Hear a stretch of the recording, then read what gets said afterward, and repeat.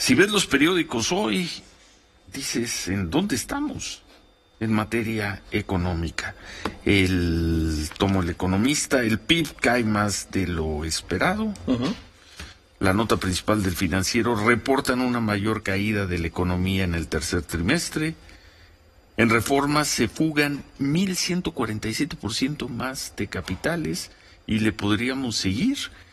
Pero ayer estuvo en Cámara de Diputados la secretaria de Economía, Tatiana Cloutier, y de acuerdo con las crónicas, yo no tuve oportunidad de seguir la sesión, pero de acuerdo con las crónicas, pues hizo lo que tiene que hacer un gobernante, un funcionario, trazar un panorama de razonable optimismo para los próximos meses, próximos años de la economía mexicana.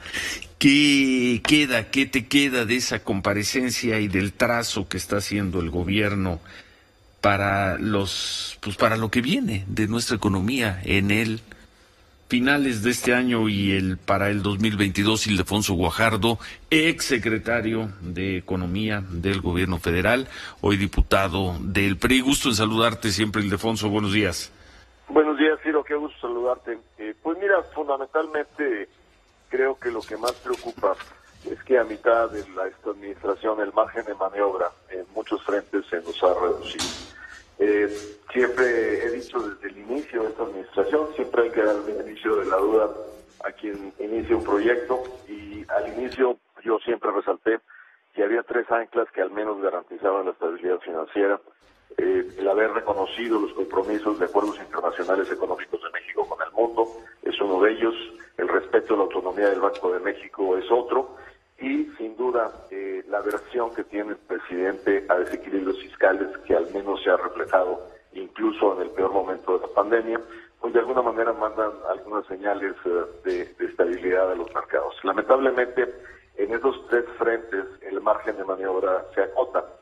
La autonomía del Banco de México hoy, parte de lo que está pasando con el tipo de cambio, pues es como reaccionaron los mercados al nombramiento de una gente honorable, experta en el tema presupuestal, pero sin experiencia en materia de política monetaria como gobernadora del Banco de México, puso nerviosos a los mercados y abre una incertidumbre sobre la independencia del Banco de México.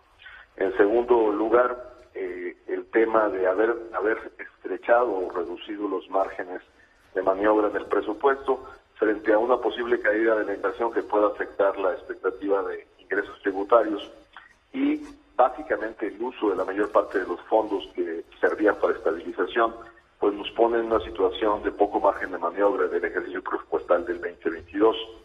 Y finalmente, las acciones que estamos tomando en política pública, que son contrarios a muchos de nuestros compromisos en acuerdos internacionales, está debilitando la tercera ancla. Entonces, en resumen, ¿Cuáles serían esos? Esencialmente. Básicamente, la reforma, la iniciativa, al menos la iniciativa de reforma en materia eléctrica, es uno de los elementos más importantes, y las acciones que se han estado tomando de alguna manera arbitraria, frenando, digamos, en los temas de competencia en el sector de gasolinas, por ejemplo, en el tema de almacenamientos, que se están viendo como acciones discriminatorias contra empresas que compiten con Pemex. ¿Y entonces, Ildefonso? Pues básicamente, al reducirse los márgenes de maniobra, lo que estamos teniendo es una incertidumbre para la segunda parte que nos puede llevar a escenarios, obviamente, de desaceleración de la economía, que ya se empieza a reflejar en el tercer trimestre, y a ponernos en una situación sin duda de riesgo para la economía de México hacia el cierre de este sexenio. La situación de riesgo más preocupante, ¿cuál sería? Pues, fundamentalmente, lo más preocupante es un freno al crecimiento, y sin duda, si el legislativo no hacemos nuestra tarea en relación a la materia eléctrica, que creo que sí la vamos a hacer, porque no les dan los números en mayoría calificada, corregir la iniciativa presidencial en materia eléctrica tiene que mandar unas señales, porque no es solo el efecto sobre lo que ocurra en materia eléctrica, sino la indicación de que este gobierno pudiera tener la mayoría calificada cuando así le convenga. Bueno. Reforma, no sé si lo viste hoy, trae de nota principal, se fugan 1,147% más de capitales. Te leo el primer párrafo. No lo vi. ¿Lo viste? Habla del tercer semestre del año. La inversión de cartera mostró una fuga de capitales, tanto extranjeros como de mexicanos, de 14,500 millones de dólares. ¿Es mucho dinero eso?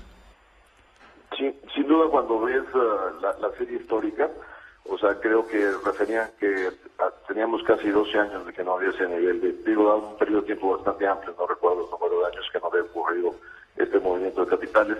Y sí es un indicador de, sin duda, que los actores económicos están actuando frente a la incertidumbre. Se están llevando su dinero. Pues algo no les está gustando en este mercado, vamos a llamarlo así. Así es. Es un indicador que sin duda sí preocupa. Y sobre todo, yo creo que una de las cosas que ha reflejado la posición del presidente en materia de disciplina fiscal, del Ejecutivo en materia de disciplina fiscal, es que el propio presidente, en su historia de luchador social, creo que le quedó muy claro que quien paga más duro el precio de una crisis es la gente con menos recursos, es la gente más vulnerable. Bueno, ¿cuál sería la salida a este momento? ¿Cuál sería la salida para evitar que esto devenga en una crisis? Ya no se diga en una crisis mayor, Ildefonso. Bueno, primero yo creo que corregir claramente algunas de estas iniciativas que se están presentando. Lo que decías, para recuperar la certidumbre, fundamentalmente. Eso es básico. Y ese es un elemento muy importante. Y obviamente es en materia presupuestal y de ejercicio, pues tener la conciencia de que es muy importante mejorar nuestros márgenes de maniobra en materia del ejercicio fiscal para tener... ¿Y eso se puede hacer ya con presupuesto autorizado? ¿Se puede mejorar ese margen de maniobra? Sí se puede, o sea, el Ejecutivo tiene la capacidad de hacerlo, sin duda, siempre ha habido esa capacidad. Acuérdate que una cosa es que la Cámara de Diputados los responsables de la autorización, pero siempre el Ejecutivo tiene la capacidad del ejercicio mes con mes y tiene un gran margen para poder hacer ajustes al ejercicio del gasto. Entonces, en ese sentido, sí se puede hacer una recuperación de ese margen y mandar las señales correctas a los mercados para poder corregirlo. ¿Cuál sería la primera señal en ese sentido de corrección del margen o manejo del margen? ¿Qué te gustaría ver? Yo te diría que, sumando dos cosas, por ejemplo, ayer vi a una secretaria de Economía muy cautelosa en materia de su pronunciamiento, en materia de la reforma eléctrica, lo cual es una buena señal, y eso nos llevaría a abrir la posibilidad de un diálogo y una discusión en la mesa para hacer algunas acciones que puedan mejorar el esquema en el cual se ha desenvuelto el sector eléctrico mexicano desde la reforma, algunas precisiones, no tanto de la reforma, sino, por ejemplo, los contratos legados, tenerle una nueva visión, fortalecer algunos de los elementos, y eso mandaría las señales correctas. Y creo que abrir un diálogo mucho más productivo en favor del país podría empezar a mandar las señales correctas. Bueno, pues lo veremos. Muchas gracias, Ildefonso Guajardo. Gracias, Ciro. Buenos días. Gracias, diputado del PRI, exsecretario de Economía y el negociador del negociador del actual tratado comercial con Estados Unidos y Canadá. Ya había ganado la elección el presidente López Obrador. Él nombró recordarán al señor Jesús Seade para sumarse a las negociaciones que concluyeron el tratado comercial con Estados Unidos y Canadá. El hombre que lo encabezó por parte del gobierno mexicano fue el señor a quien acaban de escuchar, Ildefonso Guajardo. Volvemos.